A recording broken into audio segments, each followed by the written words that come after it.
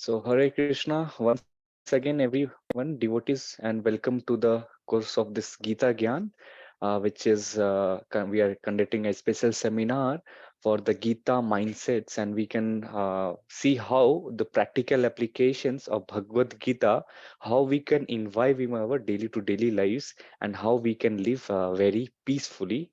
So, we'll start. So, can somebody say what is the topic for today? Has How somebody to said? overcome negativity. Yes, so today topic is how to deal with our negative energy. So we might have also seen our daily to daily life. Actually, sometimes it's been saying that let us all be always be positive, but sometimes some situation happens or something happens, then you feel like, okay, I'm so useless, or such negative things come into your mind. And how to deal with that negative things will be seen today.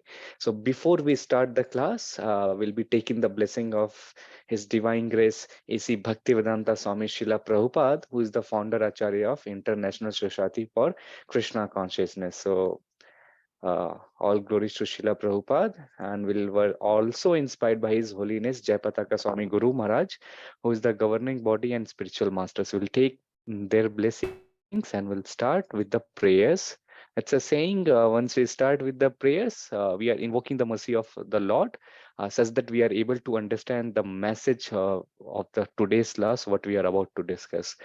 So Om Ajnana Timirandhasya Jnana Jana Shalakya Chakshurummilitam Yena Tasmai Shri Guruve Nama Nama Om Vishnu Padaya Krishna Pristhaya Bhutale Srimate Bhakti Vedanta Somni Tinamine Namaste Sarasati Deve Gauravani Pracharine Nirvishesha Shunyavadi Paschata Deshatarine Jai Shri Krishna Chaitanya Prabhu Nityananda Shri Advaita Gadadhara Shivashati Gaura Bhaktavinda Hare Krishna, Krishna Krishna, Hare Hare, Hare Rama, Rama Rama, Hare Hare. Nama Om Vishnu Padaya Krishna Vishtaya Bhutale Srimate Jayapataka Somni Tinamine Namacharya Padaya Nitai Kripa Padayani Gaura Gata Dhamadaya Nagara Grama Tarini Mukham Karoti Vachalam Pangumante Girimbhyat Kripataham Aham Vande Shri Gurum Dinataranam Paramananda Madhavam Sri Chaitanya Ishwaram.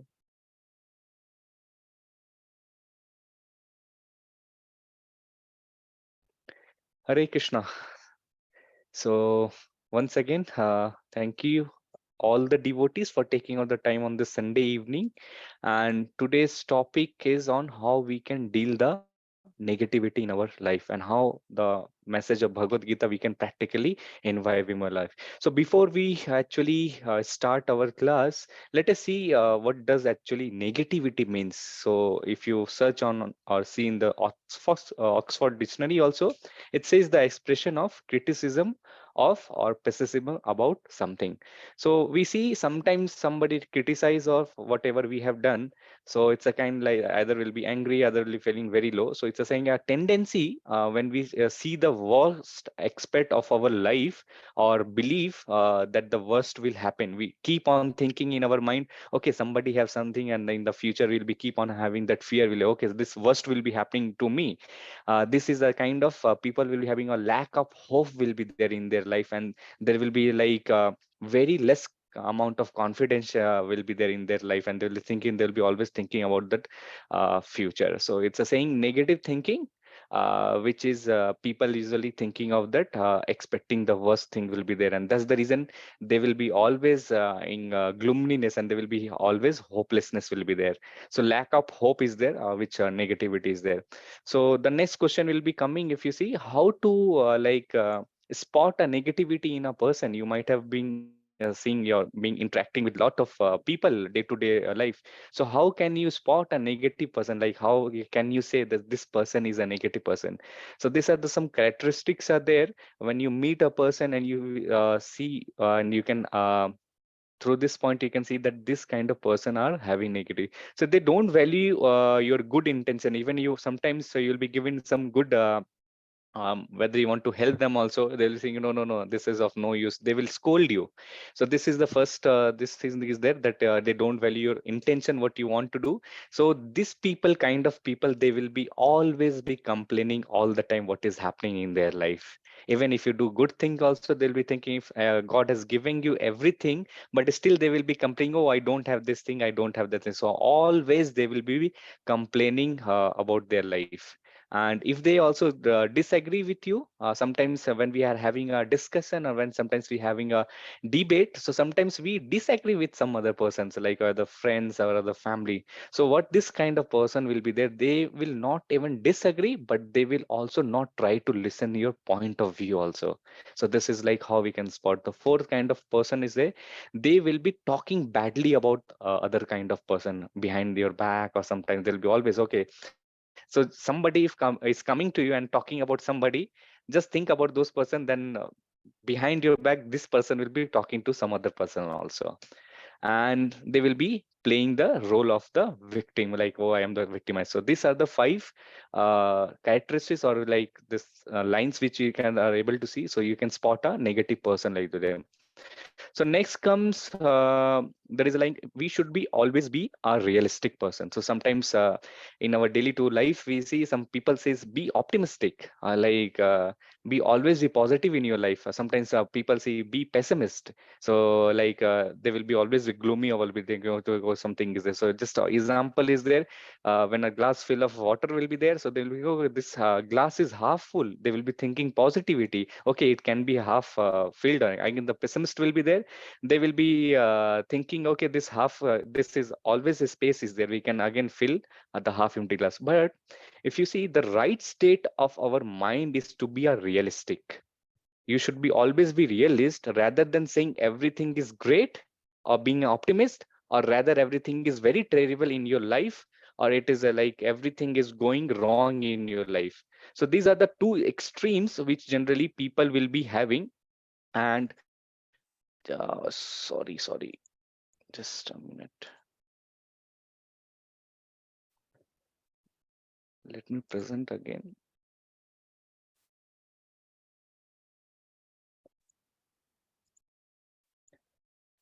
Okay, can please somebody confirm if you are able to see? Yes, Prabhuji. Okay, yeah, sorry, Mataji,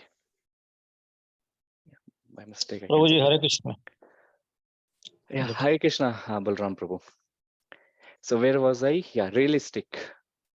So I was talking about sometimes in our life, rather something is everything will be very great, or either sometimes people will be thinking, oh, life is very great, I'm enjoying everything, and sometimes some people will be complaining, it's a very terrible life, everything in my life is going wrong. So the best thing is to be always be realistic, means see, think as they are. First of all, things is it like, as the glass is there, you can see, then just like don't exaggerate and think like, okay, it can be done like this, or it can be done like that. Say things that they are not exaggerating of anything. So when we think on those levels, so then we'll be knowing as a realistic what the thing it's we are seeing be like that. So there is a very famous quote also, which Jay Shetty says, if you surround yourself with the negative people, you will start to see the world more negatively. It means it's just the way it is. The how we start dealing with people, it will be happening there. So let's see some more how some people spread negativity in our society, and then how it's we are also getting affected with the daily to daily life also. So it's very important, if you see here, checking of your sources. So we might see that checking your sources is very important, that whatever comes within your way to avoid negativity. So daily to daily life also we see, any information which is coming to you which spreads negativity, please check where it is actually coming from. Who is it posting? What is the actual source for it? Is it the data relevant? Sometimes we see in the social media like Twitter, Facebook, WhatsApp, like what of is like we say WhatsApp is a kind of institution. All the data will be coming and the people will be forwarding. They don't verify it also whether it is happening or not. The data will be like 10 years or 5 years back, and they will be posting and they, oh, something has happened. So this times if you see this news channels, the medias, we don't know actually who is giving this kind of information. And sometimes people will be telling you about somebody, or some books will be there, or the medias will be there, who is giving that information. So one thing is very important: what is their intent while giving the information we should be saying. Somebody, people will be coming to you and asking you about their answer. We might have seen this in this news channel also. And then in the Hindi news channel, sometimes they say, please look at this person. He is having a dagger and just hitting him. But they are not giving the entire information. Why he is taking the dagger is there because somebody was already hitting them. Just he is trying to protect himself. So some part of the information they will be projecting, and it will be like distant, like intent will be like to only project that thing. Whatever the kind of money will be given to the media person, they will try to do. So just verify the sources where it is coming from actually, and then we will be avoiding this negativity which actually comes in our to daily to life. So example, how we can say, if you take an example of Vedic scriptures, so the Lord Krishna himself came as a Vyasdeva in Kali Yuga to pass on this information which cannot be actually distorted. So sometimes when we take any information and when we try to actually distort those information, it is a great offense. So as it can, because it's saying when we distort the information and try to present to somebody, it can destroy the civilization. Just like the medias is distorting the information, they are not presenting the as it is, and nobody knows what is wrong and actually what is right, and they believe, and then they try to check those sources, and then sometimes the negativity finds. So it's very important to check your sources from where the information it is coming, and due to that negativity is coming into our life. And there is a very famous thing which is known as the strawman argument, which is says, so in our personal life also we should avoid something which is known as this strawman argument. So this strawman argument says distorting or misrepresenting someone's argument in order to make it easier to defeat. How do we understand this? So just let us take an example. So sometime some people will be there who is generally very kind in their nature. So sometimes if he meets his friend or their family members, and then they will saying, oh, it's very kind actually, or to be very compassionate things to be a vegetarian.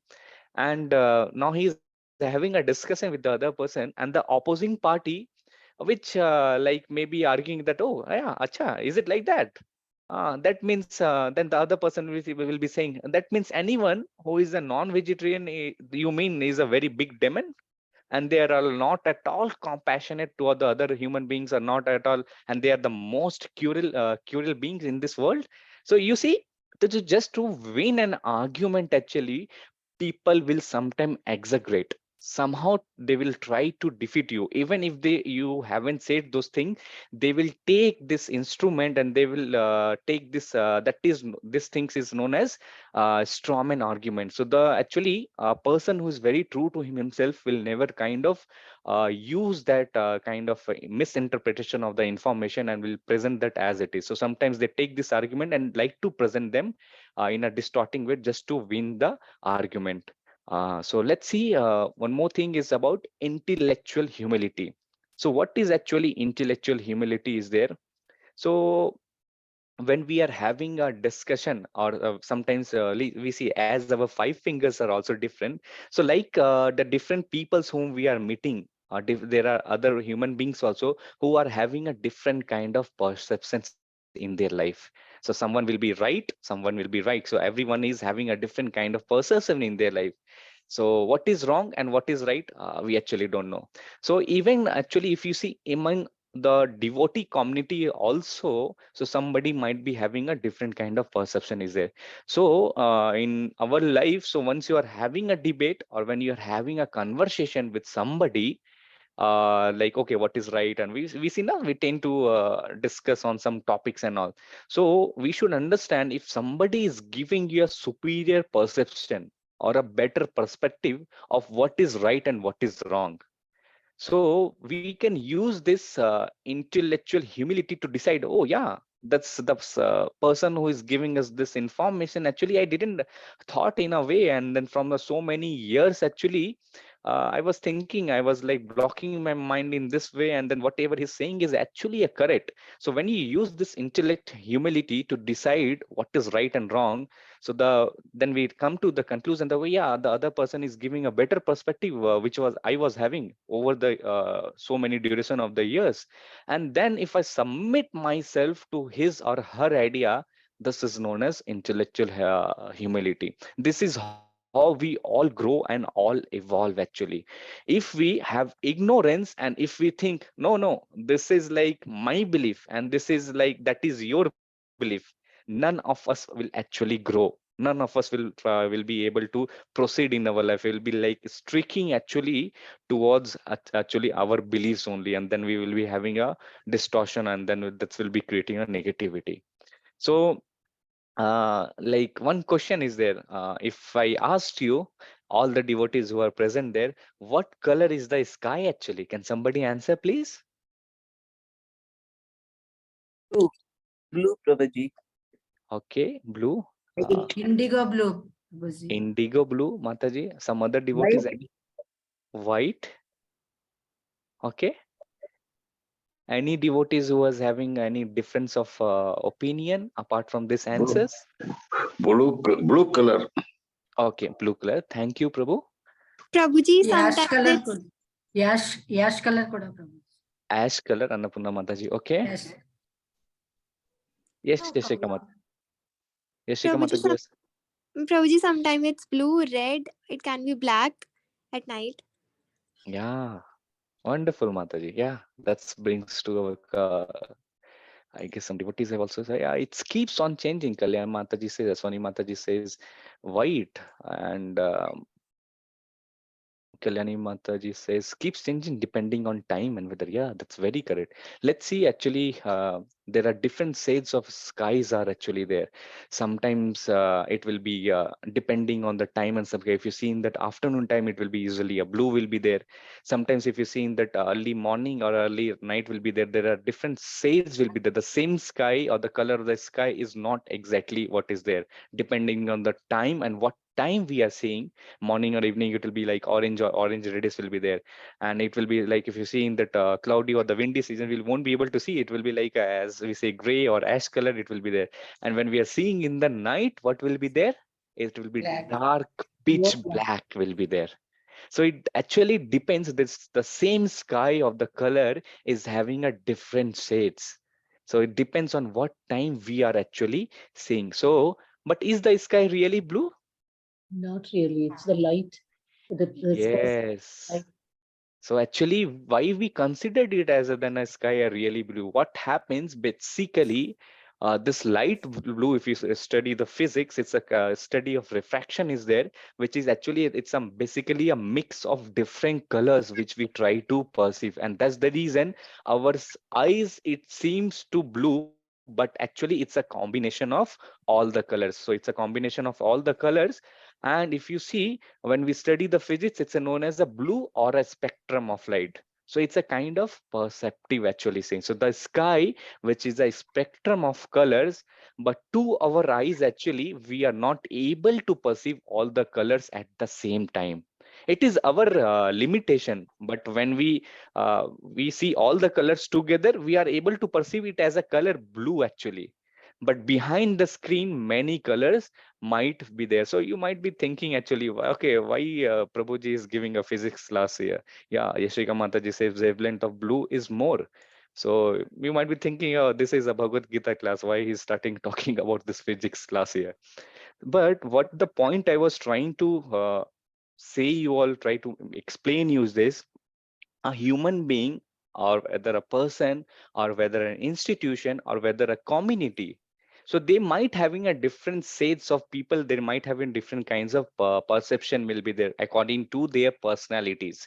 So what happens, we tend to actually see their one part of their life, and we tend to actually judge the we see sometimes people and then we see one part of the story, and seeing those one part of their story, we tend and we try to judge them their entire life. Oh, this person is like this. Actually, we say, oh, this is how this person is there, he have done something very wrong, or this is such a rubbish person, and that's how our negativity actually starts. So that's what, it's just like a spectrum of the light is there, we are not able to see the whole. Whatever I sees at that moment, we try to believe and we try. So that's the reason I say we should always check our resources.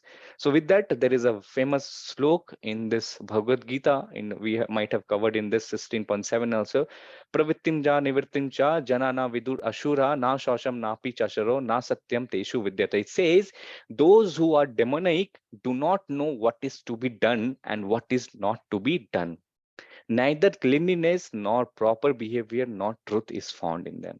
So usually the people who is having the mentality like a demons, they neither like or neither they want to follow all the rules and regulation which is mentioned in the scriptures. Neither they follow any rules for external and internal cleanliness. And this kind of person who is demonic is not a truthful person. He won't be maintaining any cleanliness, they won't be having a etiquette, they won't be having a proper behavior.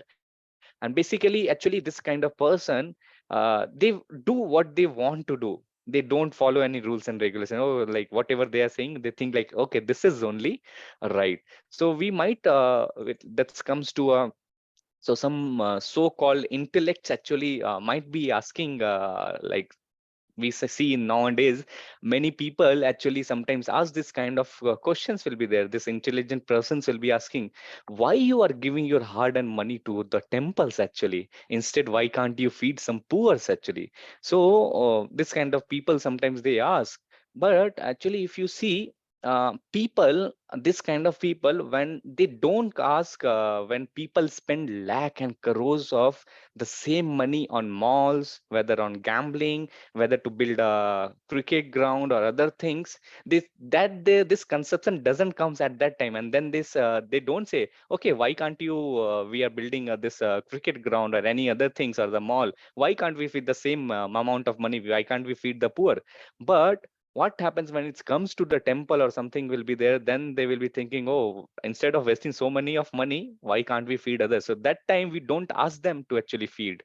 So that is there. So why I'm raising this point is there, so in our life also, don't be a complainer, make things try to better. If somebody is doing, just don't complain those things. Just as there, like somebody, we can make a better healthcare, somebody is doing a better security or great lifestyle, so don't be a complainer, make things like as a how you can maintain those things. So that is the essence is there. So if you see, ISKCON only as an institution has distributed more than 26 million Bhagavad Gita copies all over the world, including the jails, schools, colleges, and library. So if you go to right now, there is one Prabhu is there who is like actively when he came to one time India, he is from Malaysia, and then he just gave us this information that how like their like death sentence was given to lot of prisoners in the jail actually. And by reading Bhagavad Gita, if you say jail, actually nobody can give us the money. Actually, they don't earn there also. So they have been sentenced to death and they don't have them. So we want actually, and this the devotee just to help those society, help those people who are struggling in their life. They try to go and distribute Bhagavad Gita actually freely. So the Bhagavad Gita is the known as the king of knowledge. So that's the reason in the schools and also jails they try to do it free of cost. Usually in the jails or other schools and installation, when somebody donates, or we try to give the discounted percent depending on the time, place, and circumstances as per our desire. So why we are doing these activities? Because in the Shastra also is they saying all the jivas are the part and parcel of the Lord, because we want the society to actually improve. That's the reason people out, devotees out of compassion, and they go and go to the jails and give this Bhagavad Gita. And we don't want, we try to teach them according to the scriptures, and we don't want them to go back home, means going again back to do the crime again. And after the learning from this Bhagavad Gita, they come out of jail, and then they try to lead a spiritual or like a peaceful life. They don't again come back to this crime. So if you see, this is the only the temple activity does. because no one other institution, neither a NGO or other people will be doing or involving or giving this spiritual education.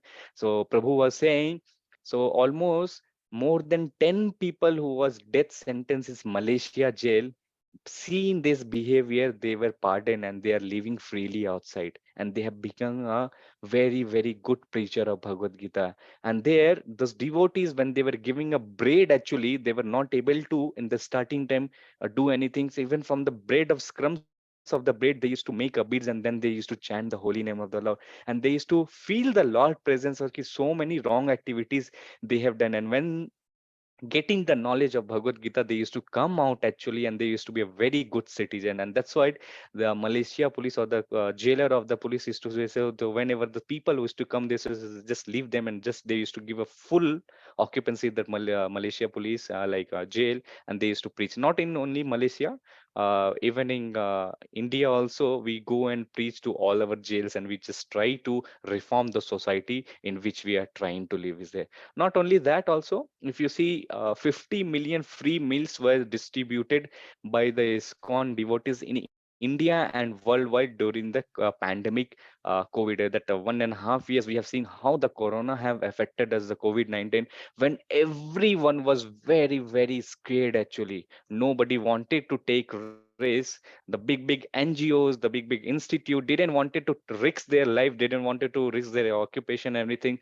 The ISKCON devotees did this. This is 50 millions and risking their lives, and they was trying to actually go and distributing this free meals. It was there. So that's what is there. Not only during the Corona time, actually, if you see, during the coronavirus lockdown, but Hindu temples actually, if you see this, they have been doing this, feeding the poor and hungry people from the day, from so many years actually. If it is, this is the lot of some list are there which I have picked up. If you go to Udupi temples, they serve the prasadam twice a day, and there are 3 dining halls also in the temple premises where devotees can have the wholesome free prasadam. Around 5,000 devotees actually eat food daily in this temple, and during the festive season, the number of devotees crosses 30,000 per day. It's not only during the COVID time it was there. It's been continuation from so many ages. Not only the ODT temples only. If you say, if you go to Jagannath temple also, it's roughly per day 50,000 more devotees are being feeded on that. So Mahaprasada is being cooked at the temple premises and serving that dedicated bhojan salt. It's known as usually if you go to Ananda Bazaar is there, so there with this prasadam will be distributed there. If you go to Trimala, Tirupati and Trichur temples, Andhra Pradesh serve foods to over 1.5 lakh devotees on weekdays and over 2 lakh devotees on weekends. During festival, the number of devotees actually in these temples is much and much higher. So if you go to Vaishno Devi also in Jammu and Kashmir, they serve the food to thousands of devotees all around the day. And there are bhojanalas or there on the way, while you are going from down to top, also there is a way where the temple is there. The devotees can have the food and relax for a while for during the continuation of the. So you can see this institution or this kind of people, they are doing from long, so many ages are there. So what is this positive response which is there? If you might see, so there was a devotee was there who was there, Andhra Pradesh was there, who was making this organic first fertilizers using this concoction of this Abhishekam Jalam. So Abhishekam water sometimes will be there. It will be used for the purpose of this fertilizers also. Everyone was happy. So this our Sanatan Dharma, it talks about this is an open Dharma. It's talks to somebody is to say, okay, no, whatever I am doing, it's right, or whatever I'm doing is somebody is doing wrong. So somebody used to come, okay, so there is a lot of wastages there of this prasad. Okay, yes, you're welcome. You're whatever you are saying, the same use used to be taking and then used as a jalam and then used to make as a what we say fertilizers also. Even if you come to this ISKCON also, whatever we sometimes we say, okay, in that way, how the society can also help, and how we can stick to that what is mentioned in the Shastras also. This Abhishekam, if you see, a lot of people say they do wastage, but the same Abhishekam is being collected and being fed to the other person. So these were the some of the positive responses which we have also seen. And how we can, there is a beautiful small story which is there, looking under the lamppost, which is, so the human brains actually takes great leaps and shortcuts in order to make sense of it. What are these? According to your surroundings, they do this 4 kind of activities. What is that? Sometimes they will do a judgment, sometimes they will come to a conclusion, seeing on the surroundings, sometimes they will try to propagate or action it is. So one time what happened, a drunk man was there, he was trying to search for his lost key after coming out from a bar actually. So when he was searching a lost key under this lamp post, if you can see, and then after this, after some time, this policeman came and then say, gentlemen, what are you trying to do here? So he's saying, like, I'm not able to find. He said, what are you trying to find? I say, I'm trying to find out my lost key, which is I have lost. Means then police also actually try to help him, and then he was also searching nearby and all. And after a few minutes, and then the policeman was not able to find anything, and this policeman asked him, is it sure, or do you remember like where you have actually lost your keys? They said, yeah, I have lost this key at the bar actually. Then this police said, no, fool person, why are you looking here? If you know where you have lost your key, then why are you looking here? So he's saying, this gentleman said, other place is actually dark. Only this place where the lamp post is there, the light is there. So I am, that's the reason I'm only looking up here. So we can see the perception of this madman only by looking at one perception comes to a conclusion. We see now, we will be saying, we will be coming to a conclusion. So much to know before passing the judgment. So sometimes we'll be saying this human brain is such a tiny brain. It's just take the shortcut and we will come to a conclusion, or we'll come to a judgment, we'll come to a conclusion, and then we will try to, oh, this institution or something is trying to propagate, and or so this person is talking about me, and then we'll be taking those kind of appreciation is there. So it's a very one small quote is there, you are the average of the 5 people you spend the most of the time. So Jim Rohn has said this one. So we should try to associate with the right kind of people actually. So if you, when we associate, it says that what kind of people you associate, that you only become. So if you are getting association with wrong kind of people, you'll be getting influenced by them, and the negativity will be starting coming to you. So that's the reason it's very, very important how you should be taking association and what you want to have that. So then this next topic is about how to stop actually negative thoughts which comes to in our mind.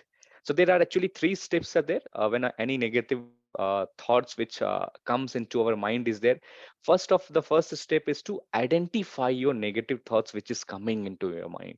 So when people label themselves in this negative way, it affects how they feel about themselves in different concepts. Someone who labels themselves as that a bad relationship, for example, will often feel negative about activities that involve them. So we need to involve some thoughts which keeps on populating or popping up in your mind. So it will be the samskara, or based on your past experience, you might be having something, or sometimes you might be having a bad relationship with your friends, or with your spouse, or with your family members, and that samskara, it keeps on going into your mind, and the next time whenever it comes, and then before it comes also, you'll be having that negative vibes, it will be coming on those activities, whatever is involved in that. And that's the people will be feeling negative. So it's very important to know, identify how, what is the negative thoughts which keeps on popping inside your head actually. The second way is this, when this when you identify this negative thoughts which is coming into your mind, you need to replace this negative thoughts actually. It's very important. Why it is there? So although it is difficult to think with this new style at first, actually, over the period of time and with practice, positive and rational thoughts, thing will automatically come it naturally. So Krishna in Bhagavad Gita also says abhyasa kaunteya. So he's saying when you practice and practice, what will happen when you keep on doing this practice and you think on this positive rational thoughts, what will happen?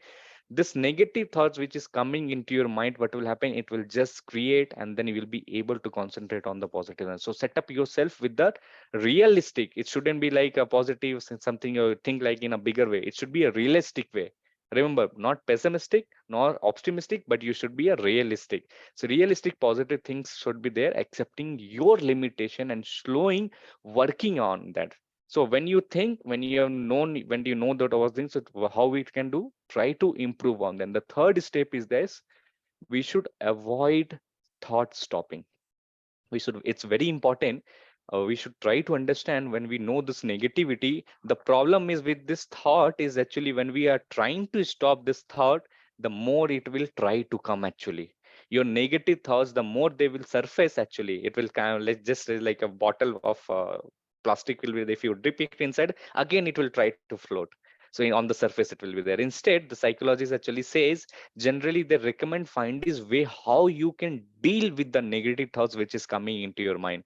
So we, when we try to force and think to stop this negative thoughts which is coming into your mind, instead Krishna also says to Arjuna, instead try to replace these negative thoughts actually.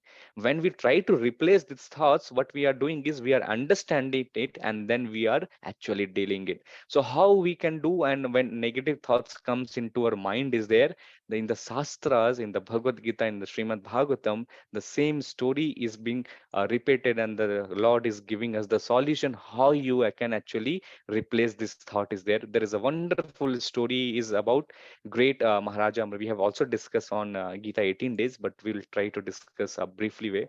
So who was Maharaja Ambrasya actually? So his father name was Nabhaga, and Nabhaga, from Nabhaga, Ambrasya Maharaj was born actually. Okay, somebody says. Yeah, so the most, this Ambrasya Maharaj was the most powerful actually and the most celebrated devotee of the Lord. So Maharaj Ambrasya, if you see, was the emperor of the entire world at the time. But he used to always consider whatever he was having this opulences, he used to tell, and he used to tell all those people, this opulences I am having is by the will of the Lord is there, and it is very temporary. I used to say this material opulences is the actually the cause of the downfall why a jiva goes into this condition life. He was unattached to this opulences. This Maharaj Ambrisha was there. He was engaged in his senses. He was engaging his senses. How he used to do? Engaging his senses and mind in the service of the Lord. So this process which Ambrisha Maharaj was following was known as a Yukta Vairagya, or which is feasible renunciation. Also, he was a grahastha, which is quite suitable for worshipping of the Supreme Personality of the Yukta Vairagya, which we see, and it is a saying. So that's the reason Maharaj Amrisha is that epitome of the devotional service. So what happened? So let us see about how Amrisha Maharaj was his teacher. So this Maharaj Amrisha was the emperor, and he was very very opulent. So in a very good way he was leading a Krishna consciousness grahastha life. Was he was a king, he was so rich, and then he was so opulent, he was performing his devotional service with great opulences. And therefore, despite of whatever wealth he was having, he was not having a tinge of actually attachment to neither to his wife, neither to his children, neither to any of the kingdom also. In that way he was living a. So what he used to do, he used to constantly actually engage his senses, five senses, and his mind in the service of the Lord. We can see how Maharaj Amrisha used to it's mentioned in the Srimad Bhagavatam how personally daily he used to worship the Lord, and that's the reason he used to constantly engage his senses and mind in the service of the Lord. So it was saying neither he was enjoying this material opulences, whatever he was there, he was even not desiring for liberation. Actually, every one of us try to have the desire to, okay, we'll be going back home, back to Godhead, and then we won't be suffering this line. But Amrish Amara was not also desiring this liberation. He used to follow this regulatory principle. So he's mentioned in Bhagavatam, he used to do every day Mahabhisheka for the Lord. And then he used to do this deity Abhishekam of Lord Krishna with paraphernalia. And then he used to dress the deities with fine clothing and this garland and other. So and that's the reason with how he used to do with Atta Shraddha, devotion and faith. And he used to worship Krishna, and all the great, we can see all the great fortunate brahmanas and all was there who was also free from material desires used to come and worship it. So next slide is there how Maharaj Amrisha used to worship is this, it is mentioned there. So who wants to read the slide? I'll request Gayatri Mataji, is it possible to unmute yourself and read, please? Balram Prabhu, can you read, Prabhu? Or Mahita Mataji wants to read. Okay, Mahita Yes, Mataji. yes, Prabhu. Balram Prabhu, you can read after this. Mahita Mataji. Okay. Uh, Maharaja Ambarasa always engaged his mind in meditating upon the lotus feet of Krishna. His words in describing the glories of the Lord, his hands in cleansing the Lord's temple, and his ears in hearing the words spoken by Krishna or about Krishna. He engaged his ears in seeing the deity of Krishna. Krishna's temples and Krishna's places like Mathura and Vrindavana. He engaged his sense of touch in touching the bodies of Lord's devotees. He engaged his sense of smell in smelling the fragrance of tulsi offered to the Lord. And he engaged his tongue in tasting the Lord's prasada. He engaged his legs in walking to the holy places and temples of the Lord, his head in bowing down before the Lord, and all his desires in serving the Lord 24 hours a day. Indeed, Maharaja Ambarisa never desired anything for his own sense gratification. He engaged all his senses in devotional service in various engagements related to the God. This is the way to increase attachment for the Lord and be completely free from all the material desires. Thank you, Mataji, for reading Mahita Mataji so wonderfully. So it's a saying, it's been mentioned. So how we can see Maharaj Ambrisha was all engaging his senses and mind in worshipping this Krishna. So we can see through the first senses, the words which was there, he was trying to glorify the Lord. And through these hands, the second senses is used to clean the temple of the Lords. And through these ears, we used to say Shravanam. Shravana, he used to always hear only the words spoken by Krishna of this. And then he used to see the fourth senses through the eyes. We can see the deity of the Krishna whenever he used to see. So this Krishna temple and Krishna, we can see when we go to Krishna temples, places, when we go to visit dhams and all, we through our eyes we can see. And then how that's how he was used to engage his touching the bodies on the devotees of the Lord. He used to like smell the fifth senses. Wherever the flowers was offered to the Lord, he used to smell the fragrance. And the Tulsi Priya Krishna. So it's a Tulsi offered to the Lord, and he used to engage his turn, whatever like food we are eating. Actually, he used to first offer it to the Lord, and then he used to take. That's how the bhoga used to transfer into a prasadam, and that's how his the leg used to walk to the holy places, the temple of, and then as the is a saying this head because of ahankara doesn't bow to anybody, so he used to hate this. When we go to temple and bow our head, we are saying to the Lord, oh Lord, whatever ahankara we are having, actually we are surrendering to you, and then the Lord is actually very pleased actually. So that's how, and all his desire was serving 24 hour he used to do like this. So Maharaj Amrisha was not desiring for any sense gratification. He was engaging all his senses in devotional service, and that's how, which is related to the Lord. So, if you see how we can do this particular activity, this is the way Maharaj Amrisha taught us. We can increase our attachment for the Lord, and we'll be free from all material desires, whatever negativity also it is. If we just surrender our life to Krishna and put into a Krishna conscious way and try to live, or whatever negativity is there, what will happen, it will slowly, it will just walk away, and it will just fade like as the bubbles of soap fades away. So it's a saying, this is known as, if somebody comes to a temple early in the morning, which is known as a Mangala Arti. So this activity, which is known as a Nava Vigya Bhakti, you will be able to do. So we will be able to say morning we are reciting this Samsara Dava Nalalidha Loka Tranaya Karunya Ghana Ghana Tvam. So this is the Mangal Arti prayers which we do. So we are reciting it, then we are hearing through ears. So all our senses is there, and then we are seeing the deities in the early in the morning. We are sitting the Lords, and whatever the Lords it's being offered to the Lord. Then we are again smelling it. The flowers we are smelling, the ittaras are there, and the fragrance are there. And then after that Mangalati, the prasadam which is offered to the Lord. So all our senses in the starting of the day actually is being cleaned. And then that's what how in the starting of the day only we are doing this Nava Vidya Bhakti. So which Amrish Maharaja is also trying to teach us. So what are this Nava Vidya Bhakti? Shravanam, Kirtanam, Vishnu Smaram, Pada Sevanam, Archanam. So the first we have discussed in 18 days also this one. So we'll just quickly go through. So hearing is this Shravanam. So hearing is the most important. Krishna tells to Arjuna, only if a person hears and hears, all his distortions will be clear and clear. So this is the first step. If you want to progress in bhakti, if you want to clear your negativity, we should be hearing. So Maharaj Parikshittam is the epitome. In the last 7 days of his life, he constantly hear the Srimad Bhagavatam. We can example is the chanting. When we chant the Hare Krishna Mahamantra, Hare Krishna, Krishna Krishna, Hare Hare, Hare Rama, Rama Rama, Hare Hare. What happens? We are Shravanam is also doing it and Kirtanam is also been doing. So Sukha Goswami is poking the Bhagavatam to Parikshit Maharaj. So he's chanting, he's doing the Kirtanam of that thing. And remembering Vishnu's Maran, Prahlad Maharaj never used to forget Krishna despite his constant torture done by his father Hiranyakashipu. He was always remembering Rakhe Krishna Mare Krishna Rakhe.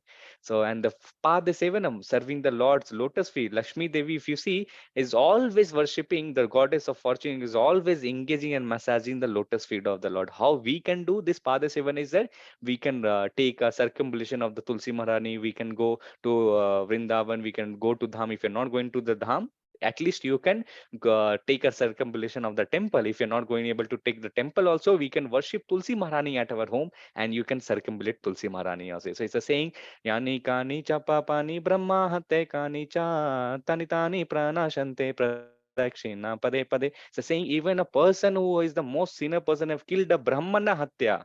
So that sins also gets nullified if somebody worship Tulsi Maharani and circumambulate Tulsi Maharani. So that's the glory of the Srimati Tulsi Maharani is there.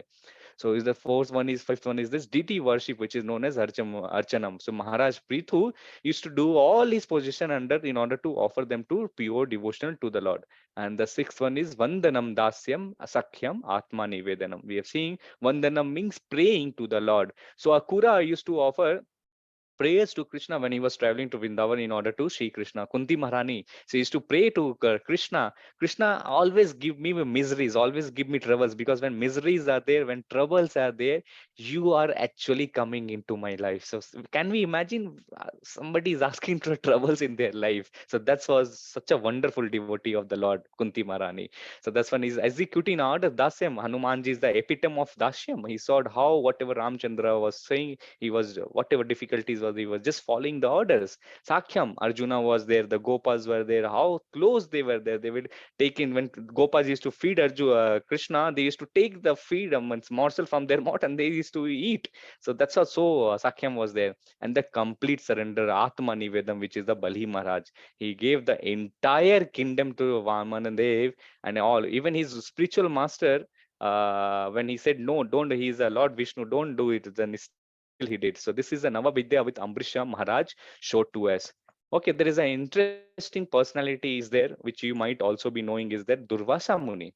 So Durvasa Muni is actually was a very great yogi, and we should don't think like he's a negative or something like the person like that, because of he had to do this, and he instructed and he showed us the how the devotee of the Lord is greater than anybody else. Durvasa Muni was a great yogi. The yogis can display many wonders and many wonders, and Durvasa Muni was one of the it's a very famous, and we can say we have seen Durvasa Muni somebody can very easily please Durvasa Muni, and then somebody he if somebody used to be like he used to curse also somebody. So Durvasa Muni is there is a story, there a narration which is mentioned in this Bhagavatam actually about Durvasa Muni, but we should try to understand it's not about negative person which we are trying to portray, but Durvasa Muni is a great example in anger management also. There is a whole story about him in this anger, Srimad Bhagavatam, how we can control the anger also.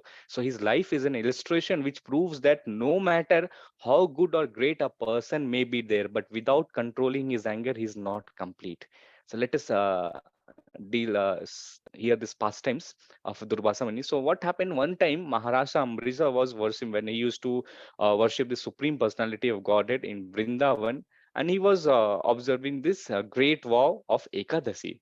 So Ekadasi, just after the next day, it is known as Dwadasi. So on Dwadasi day, actually, just the day after Ekadasi, there is a proper paran time is there, where we actually need to break the fast.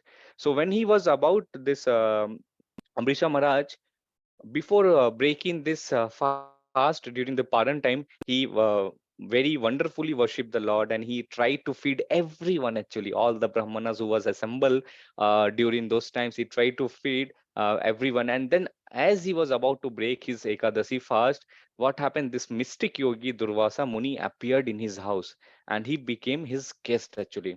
So Maharaj Ambrisha, as he was a devotee of the Lord, he respectfully received actually Durvasa Muni. And Durvasa Muni, after accepting his invitation, said, okay, I'll be eating here, I got with my disciples. And then he said, oh, I'll be taking a bath first. I'll be going to the Yamuna river at that noon time. And then I'll be taking and then coming. So because when Durvasa Muni went and he was absorbed in his samadhi, he didn't came actually very soon. So Maharaja Amrisha was, however, seeing that the time was going away, and the breaking of the fast was passing. And then what he did, he consulted Brahmanas and all who was there in his kingdom, and he, according to the advice of this learned Brahmanas, actually, just to observe the formality of breaking the fast, he what he did, he took some water and then break. So it's a saying, he was doing a Nirjala Ekadasi, so he just broke the fast. It's a saying, water if you take, it's just like breaking the fast also, and it's like you haven't taken the grain, so it's not equivalent to breaking the. By mystic power, actually, Durvasa Muni could understand that Amrisha Maharaja have taken the water and he haven't waited, and that's the reason he became very, very, very angry. And then when Durvasa became angry, he returned back and he began to chastise Maharaj Amrisha Maharaj, and he was not satisfied. He finally, what he did, he took his kamandala, and just from his head hairs, from his this one, he just pulled one hair out, and took the kamandala and just means iterated some mantras, and with that hair, actually, a demon appeared, a demon appearing like the fire of death. It's mentioned in Srimad Bhagavatam. So he appeared with a trident and everything, and Durvasa Muni said to this one, he was very like in his face was in full red, it was very in anger, and with he created this demon, and then he said, just punish Ambrisha Maharaj because whatever he have done. So this demon, just he was taking this dragon in his hand and making the surface of the, when he was this demon was like just walking, it was just like mentioning like the earth was trembling. It was like with his footsteps, it was so huge and it was so monstrous. And this blazing creature came before Maharaj Ambrisha.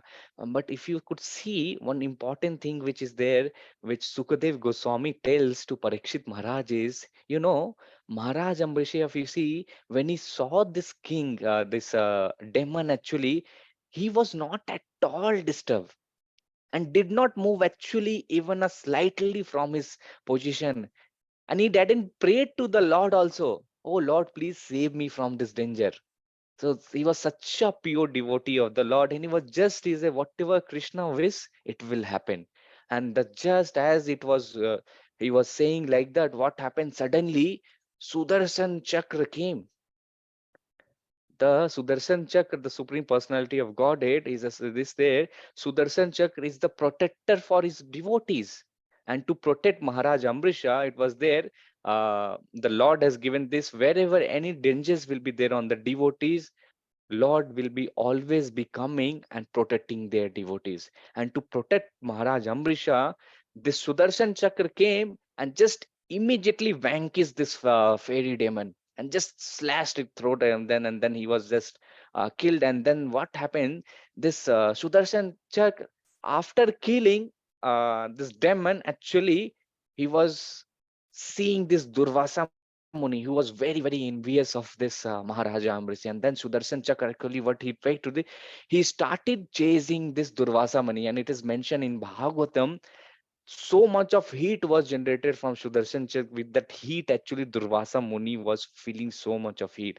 And then Durvasa Muni, in order to save his life, he started like running away. He went all lokas, like it's a mention there, for the complete 1 year he was running here and there, the all look at. Then he thought like nobody is able to save. Then what he, Durvasa Muni, actually did, he went to Brahma Loka. Actually, first he went to Brahma Loka and the higher planets and all that he was doing, and then nobody was actually able to protect from the wrath of actually Sudarshan Chakra. Then Sudarshan, he went to Brahmaji. Brahmaji said, no, I can't actually protect you. And then he's saying like, it's not under my control. Then from Brahma Loka he went to Kailasha. He went to Kailasha, and then he said, "Oh Lord Shiva, please protect me." He's saying, "No, no, I can't protect. Only the Lord Vishnu can help you." Then he went to the spiritual world and surrendered to Lord Narayana. Actually, this Ambrisha, sorry, Durvasa Muni. And then he went and to the Narayana and he said, "Kindly like forgive me because I have done some mistake. Your weapon, Sudarshan Chakra, is not sparing me. It's just behind my life. Can you just please help me? Whatever is there." And then the Lord says, "I can forgive. But if somebody commits a offense towards my devotee or the Vaishnavas, whoever is offended, there is no other ways to be executed actually." And then Durvasa Muni said, "Oh Lord, there might be some way. Please help me. Please me help me because this the heat is." And the Sudarshan Chakra was going, and it was like so much of heat it was generating. And then the Lord Narayana said, "Advise Durvasa Muni, you can go return to Maharaj Amrisha and beg his pardon." Only the devotee of the Lord, because even Sudarshan is not under my control, because already have given him the instruction that any person who actually disturbs my devotees, I won't be leaving them. That's the glorious of Sudarshan is there. So in this one of Maharaj Amrisha, we can see down, Durvasa Muni is holding the feet of that Amrisha Maharaj and asking for forgiveness. And Amrisha Maharaj is here asking Sudarshan Chakra, he's offering prayers. We'll try to read those some of the prayers which is mentioned in the Bhagavatam.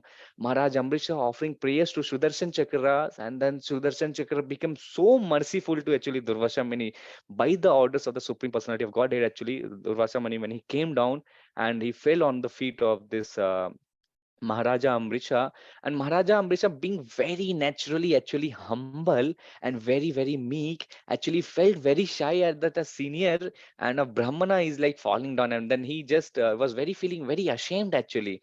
And because Durvasa Muni fell on his feet and he began to offer prayers to Sudarshan Chakra just to save Durvasa Muni. And when our Amrisha Maharaj prayed to Sudarshan Chak to please be merciful, Sudarshan Bhagwan, and being Sudarshan Bhagwan appeased and refrained from killing of the Durvasa Muni, who thus achieved the Sudarshan Chakramani. So it's mentioned then in Srimad Bhagavatam, there is wonderful prayers which is mentioned in Srimad Bhagavatam. We can actually daily recite in our daily to daily life to get that mercy. Why it is there at the end of the class, I'll be telling. So I'll request all the devotees, maybe we can only read only the English translation. So these are some of the prayers which Maharaj Ambrishya offered to Sudarshan Chakra. Maybe 5 or 6 slokas are there. These are very, very important prayers. When somebody daily recite, all their problems will be going away from their life. So I'll request maybe you can raise your hand. Aswani Mataji, you can read this first sloka. Only maybe translation with respect to the time. Okay, Prabhuji, thank you. Maharaj Ambrisha said, "O Sudarshan Chakra, you are fire, you are the most powerful sun, and you are the moon, the master of all luminaries. You are water, earth, and sky. You are air. You are the five sense objects: sound, touch, form, taste, and smell. You are the sense also." Thank you, Prabhuji. Hare Thank you, Krishna. Mataji. So this was the first prayer which Amrisha Maharaj tried to glorify Sudarshan Chakra. Let us see what was the second prayer which the Lord he did. Okay, who wants to read it? Balram Prabhu, is it possible?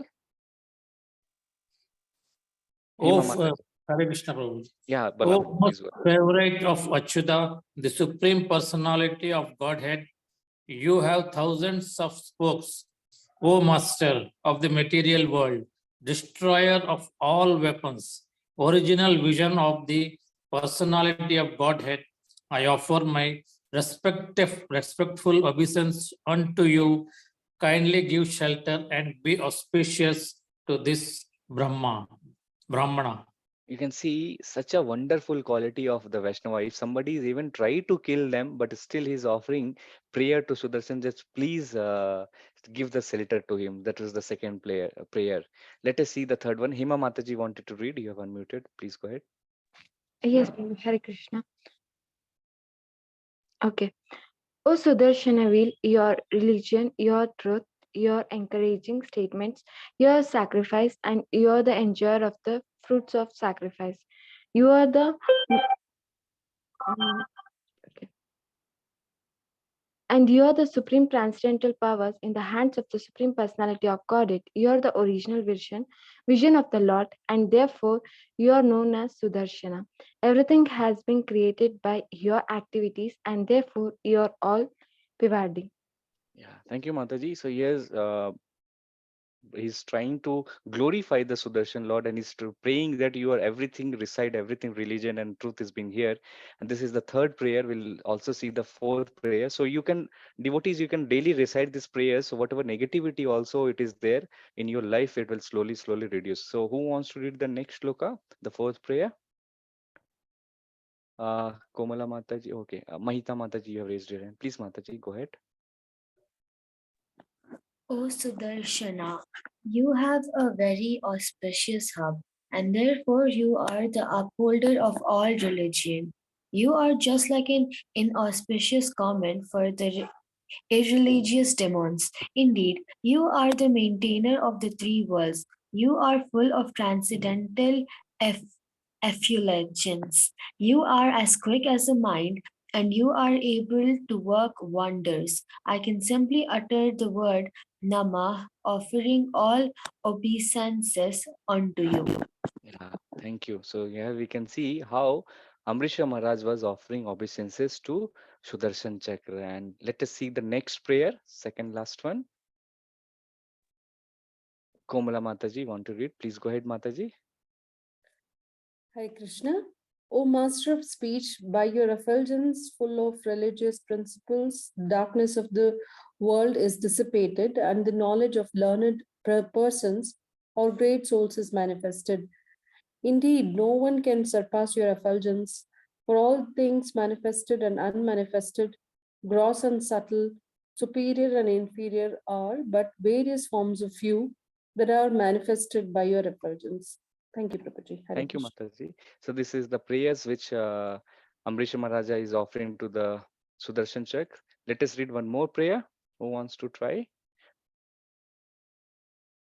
Janani Mataji, Maya Mataji have unmute. Yes, Mataji, please go Yes, ahead. thank you. O indefatigable one, when you are sent by the Supreme Personality of Godhead to enter among the soldiers of the Daityas and the Danavas, you stay on the battlefield and unendingly separate their arms, bellies, thighs, legs, and heads. Hare Krishna. Yeah. So Sudarshan ji is none other than the Balram ji. Whenever Krishna needs anything, Balram ji will try to manifest and protect that. That's what you see how Sudarshan Chakra actually benefit everyone and try to protect. Okay, one more prayer. I guess two more prayers are there. Let us see who wants to read it. Manjula Mataji, it is possible. Nitya Mataji, you want to read? Yes, Prabhuji. Yes, O Mataji. protector of the universe, you are engaged by the Supreme Personality of Godhead as his own powerful weapon in killing the envious enemies. For the benefit of our entire dynasty, kindly favor this poor Brahmana. This will certainly be a favor of all of us. Yes, we can Thank you, see. Prabhuji. Thank you, Mataji, for reading. We can see how wonderful a quality of the Vaishnavas are, the devotees of the Lord. He is just, even somebody have done wrong to them, he is asking forgiveness on behalf of them. And let us see the next one. Nitya Mataji wanted to read. Please go ahead. Yes, Prabhuji, Hare Krishna. If our family has given charity to the proper persons, if we have performed ritualistic ceremonies and sacrifices, if we have properly carried out our occupational duties, and if we have been guided by learned brahmanas, I wish in exchange that this brahmana be freed from the burning caused by the Sudarshana Chakra. Thank you, Prabhuji. Hare Thank you, Krishna. Mataji. So you can see, he's saying, I wish to whatever good things he have done in their life. He is so merciful. He's saying, in exchange of this Brahmana, will be free whatever is there. Sudarshan is praying to Sudarshan Chakra. And this last prayer, who wants to read this one? Who haven't read? Manjula Mataji, you have read. Amrita Mataji, want to read? Please go Hare ahead. Prabhuji. यदि no भगवान प्रीत एक सर्व गुणाश्रय Sarva Bhutatma Bhavena Dvijo Bhavatu Vichvaraha. If the Supreme Personality of Godhead, who is one without a second, who is the reservoir of all transcendental qualities, and who is the life and soul of all living entities, is pleased with us, we wish that this Brahman, Durvasha Muni, be freed from the pain of being burned. Hare Krishna, Prabhuji. Hare Krishna. So that's how this is like, if you can see how the Ambrish Maharaja was still waiting at the same place for the entire one duration year, and he was still not eating anything, and he just waiting for the Durvasha Muni. And then that's how this he prayed to. These are this wonderful prayers which Durvasa Muni offered to Sudarshan Chakra. So if anyone actually recite these prayers, you can chant daily. So when you chant, actually it will help you to become more positive in your life, and whatever sufferings or negativities, thoughts which is dealing into your life, Sudarshan Chakra will remove all those impurities from your heart. And within your heart, as the Sudarshan Chakra shines, in your heart also knowledge of shining will be there. All your negativity will go out and in, and what will happen? It will go out and inwards good things will come out. So that's what this is the important praise. Maybe we couldn't touch more on those prayers. That's a very yeah, humongous topics in all this praise if we keep discussing on this praise. But maybe I'll request all devotees to continue chanting this and daily on this level also. So let us come to this towards the end of the session. So there is a small quote is there: humility doesn't mean actually thinking less of yourself, it means thinking of yourself less. So somebody we see in our daily to daily life also, somebody we might be just we say like you should be practicing humility. So what does actually humility means? It means thinking of about yourself less. So somebody will be going and somebody will be saying to you something, oh you are such a fool person, or you are doing this something, or your family members or your friends, somebody will be saying, and don't take it actually too seriously that too in your life. And then when you take those words seriously, then you'll be feeling, oh, I'm so hurt, I'm feeling so negative in my life. Just move on, don't be hurt, don't stuck there, just move on and think. Just that's the humility is about. And then when you move on towards the life as it moves, then you will be feeling happy, and that's the way negativity won't be affecting you. So this is one last quote which I wanted to read. Who wants to read it? The last quote of the day. Manjula Mataji, you want to read? Yes, Mataji, please go. Keep your, keep your face to, it is closed. I'm not able to see the wordings. Okay, no issues, Prabhuji. Mataji. Keep your face to the sunshine and you cannot see a shadow. So Helen Clare is the person who have Yeah. said this one. So what does it mean actually? So this is means if you see a sunflower, actually sunflower will be always be facing towards the sun. Wherever the sun will be there, the sunflower will try to adjust his that direction towards that thing, and that wherever the sun will be shining, it will move. So does it is means so a person how it is there? So it means we should be facing toward, when a person is facing towards the sun, what will happen? You won't be able to see a shadow. So person, the conclusion of the today class is there, a person who is always looking at Krishna or Sudarshan. So darshan, actually Sudarshan, what does the Sudarshan mean? Darshana means looking at something. Sudarsana means looking at something very auspicious thing. So when we are seeing the Lord or Sudarshan, what happens?